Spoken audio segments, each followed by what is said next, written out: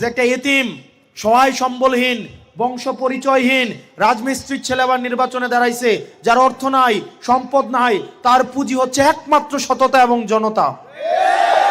আমরা এবার তার দায়িত্ব নিছি। মাগো, আমি একা মানুষ, আমি দুই পায়ে কত জায়গায় যাব বলেন? আমি গত 72 ঘন্টায় মনে আমি 3 ঘন্টাও ঘুমাই নাই। আমি গত 48 ঘন্টার মধ্যে মনে আমি 1-2 বেলা খাইছি, তাও রাস্তায়, গাড়ির মধ্যে, হাঁটার মধ্যে। আমি একা পায়ে যেদিকে যাই একদিকে যাব, বাকি 3 দিক খালি থাকে কিনা? খালি থাকে না? আমার আজকে নির্বাচন, এই নির্বাচনে 116টা কেন্দ্রে নির্বাচন হবে, আমি আসি মাত্র কয়টা কেন্দ্রে? বাকি 115টা খালি কিনা? 115টা কি খালি থাকা যাবে? এটাতে কাজ হইতে হবে কিনা? কাজ যদি হইতে হয় তাহলে আপনাকে আমার দায়িত্বটা নিতে হবে, আপনাকে হাসনাত হয়ে যাইতে হবে। আমি হাসনাত হইলে যেই কাজটা করতাম আপনাকে সেই জায়গায় ওই কাজটা করতে হবে।